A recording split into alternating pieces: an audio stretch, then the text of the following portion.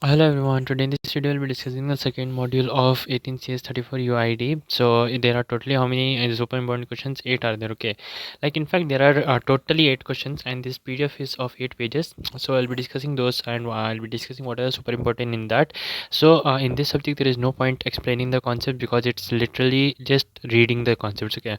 There is nothing to explain here. Whatever you read you can easily understand and it is a waste of time explaining. So rather what I will be doing is I'll be telling you what are the important questions here and how do you remember those questions and what are the key points you need to write and how do you write in the answer script. Okay, that's what I will be discussing in this video. So before starting, hit the like button and subscribe to my channel for more videos like this, and if you have any doubt ping me on Instagram, okay. So all these links can be found in the description box, you can download, okay. So let's get started. The first question is explain the obstacles and pitfalls in the development path. I'll be telling you a story wise, so whenever you read that question you have to recall that story, okay, and that story will be connected to that question. For example, explain the obstacles and pitfalls. Whenever you hear the word obstacles and pitfalls in development path in the subject UI, what you have to think of is there is a UI developer who is going on a trip in a jungle, okay. Who is there? A UI developer. Where is he going? To a jungle. On what? On a trip, okay. So when so first listen to the story, then I'll connect the points, okay. So there is a person who is going in a jungle and there are a lot of trees also are there and he's going in a jeep, okay. So when he's going there, at the front of it he finds two paths, okay. One is taking him to the left and one is taking him to the right, okay.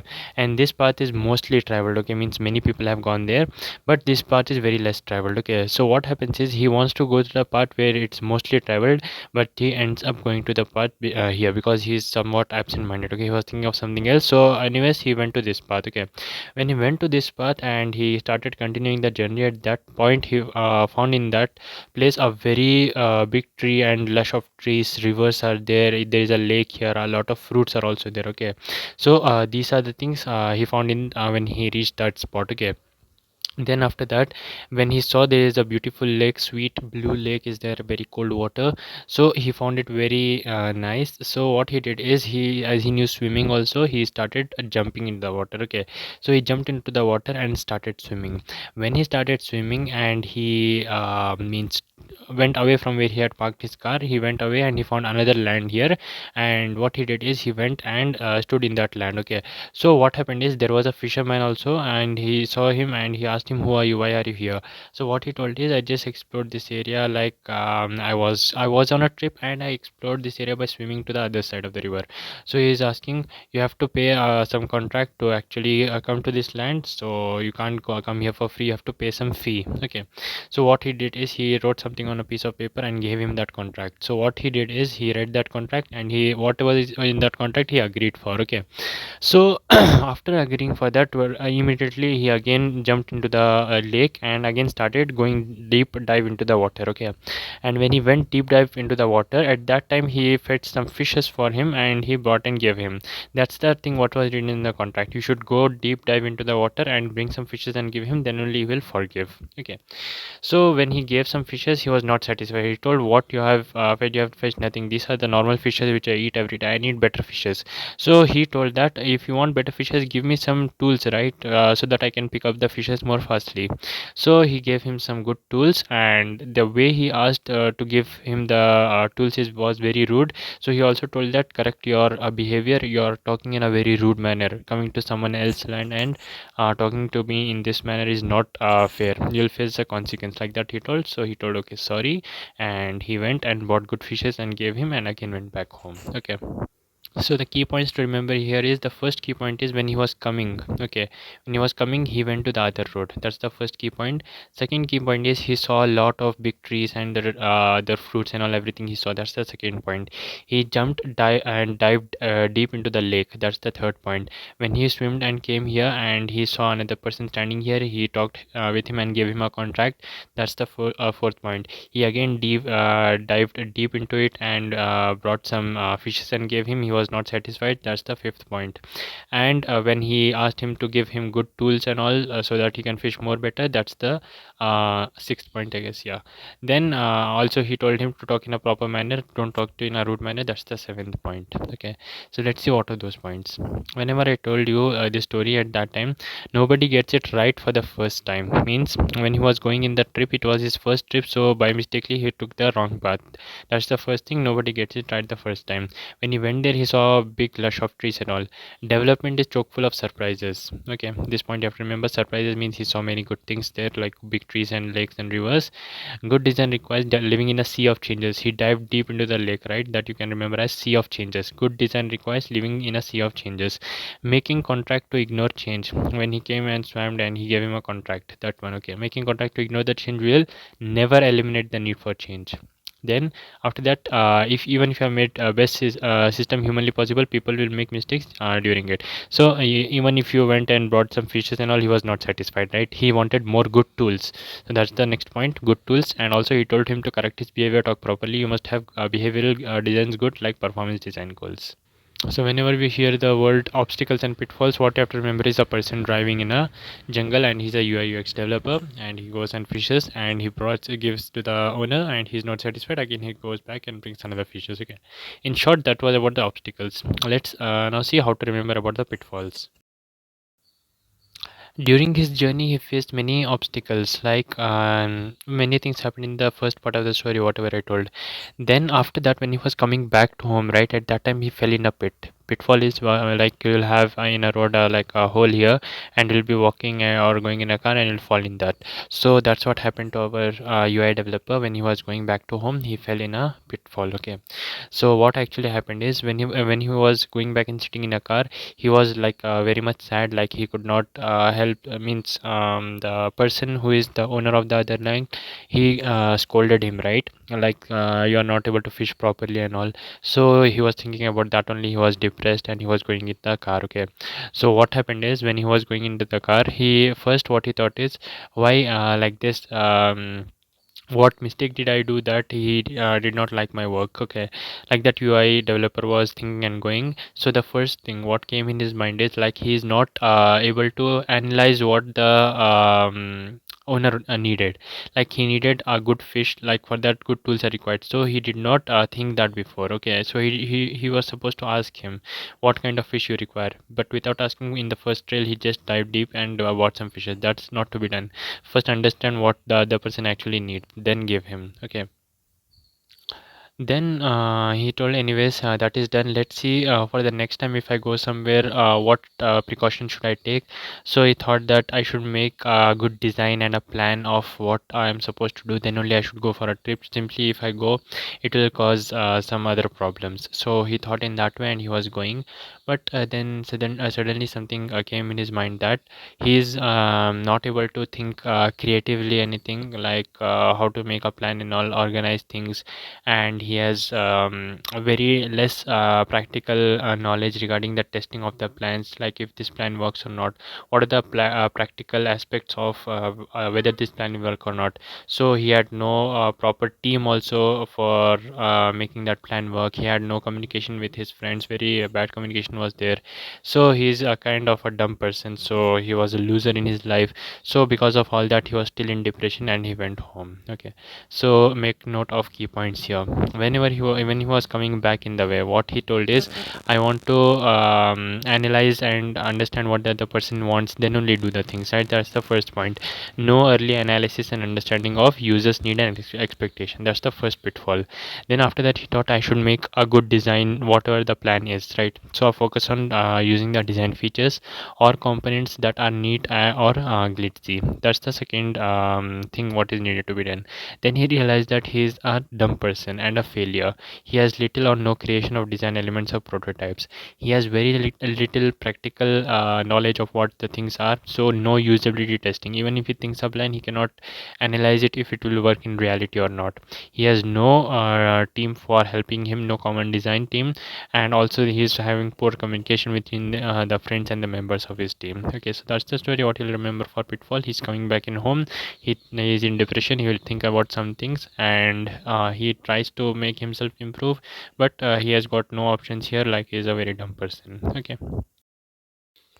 The next super important question is explain the 5 commandments in the designing for people. Okay, it's the first day of college. Okay, and you have gone there and you know no one. Okay, and there is your mentor. Okay, so all the students are sitting here in the rows and benches, and there is a teacher or a mentor standing here. And what the mentor tells is like there will be an activity going on now. Okay, so how you can relate that to this question is that the teacher will be giving the commands, right, to do this, to do that. How many commands the teacher will give? 5 commands. Okay, so that's what you have to remember. So what the teacher will be telling is like in the first you have to create a big rocket. That's your activity for the day. Activity one, in the first day of colleges, you have to create a big rocket, and whosoever rocket is the best, they will be getting the prize. Okay, so you are standing here and you don't have any friends, you don't know whom to talk with, whom to go, how to make team, you don't know anything.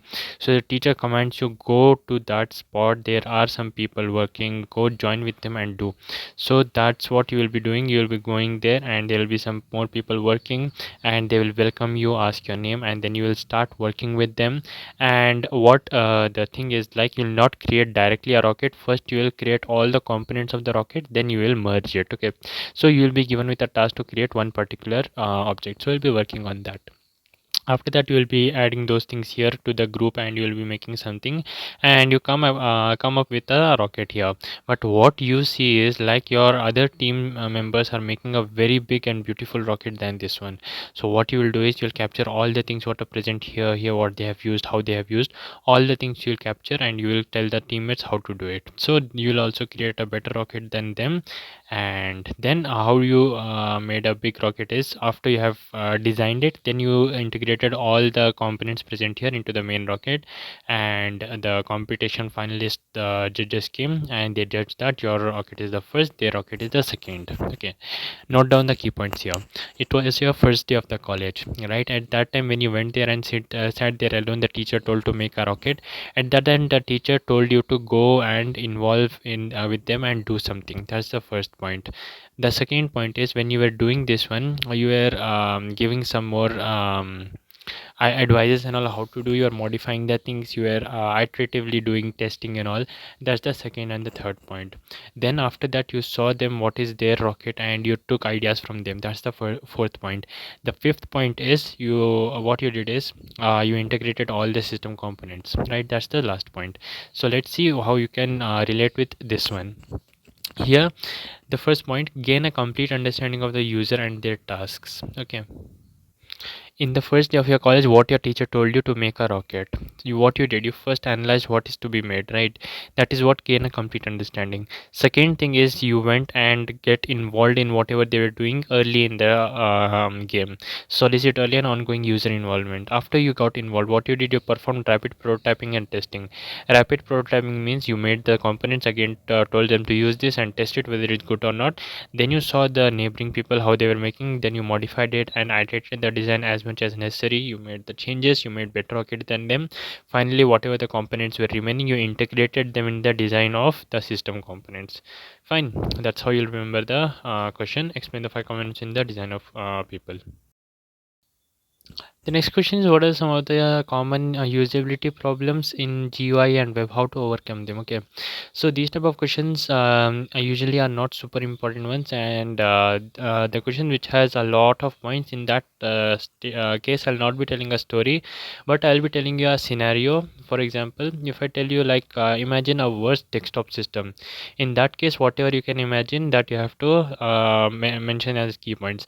What will be that? There are some icons here unorganized and all the files are present here, some viruses are there, and something else is on top of it, like some ketchup and all. And inside that when you click something, something else gets clicked. If you want to go here, that system will take you here.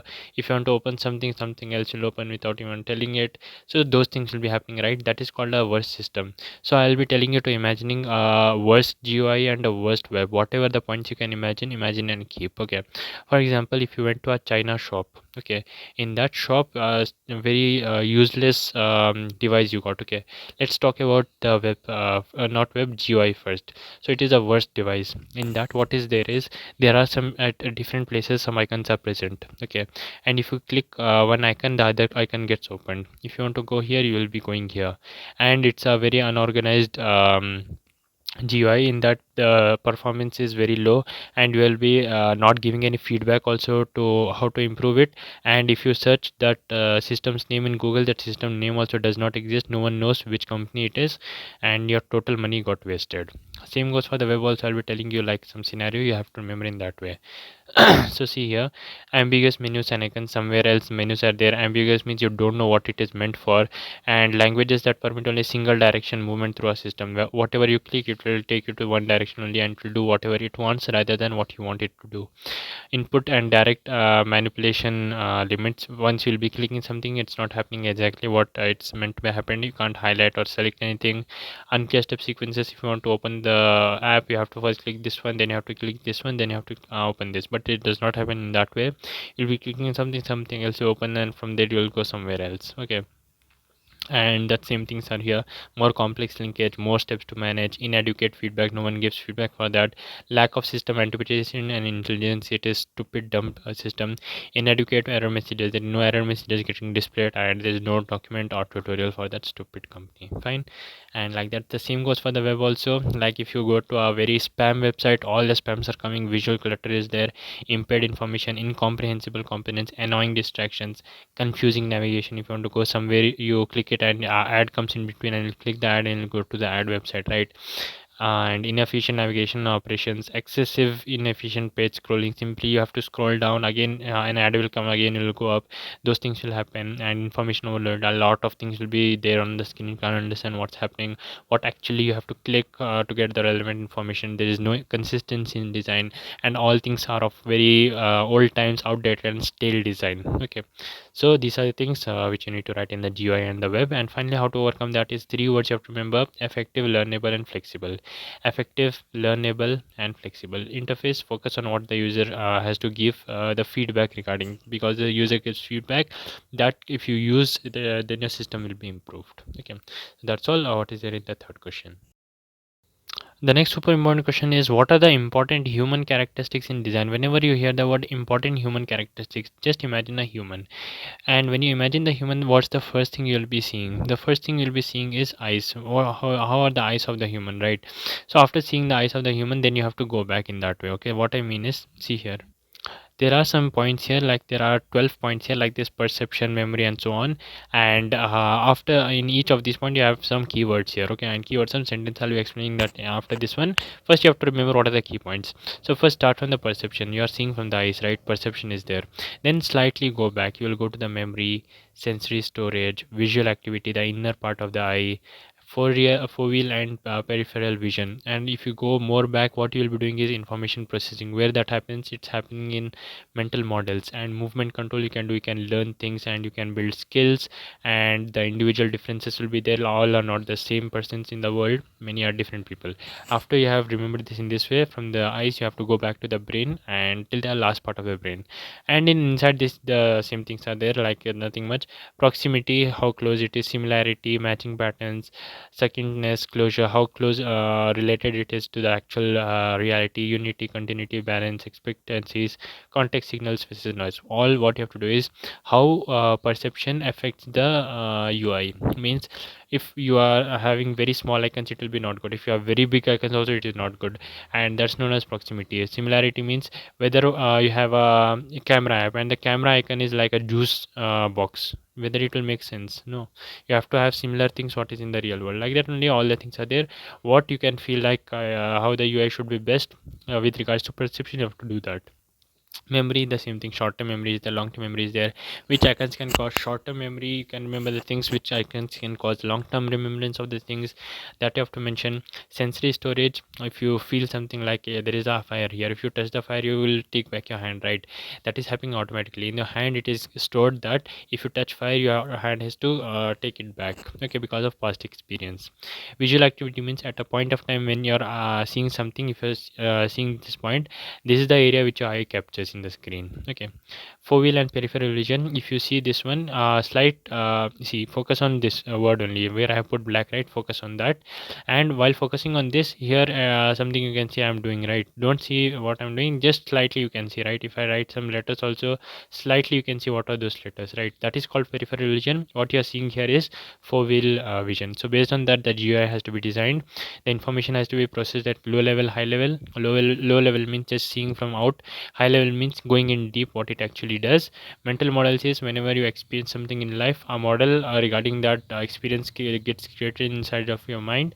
That is what is called mental model. Movement control from one app, how you do go to different apps, how that has to be designed. Learning, you have to always keep learning and building more skills, and everyone is not same, there are individual differences. So basically you have to start from your eyes, go back to the brain, and whatever you are doing in real life, you'll be creating mental models.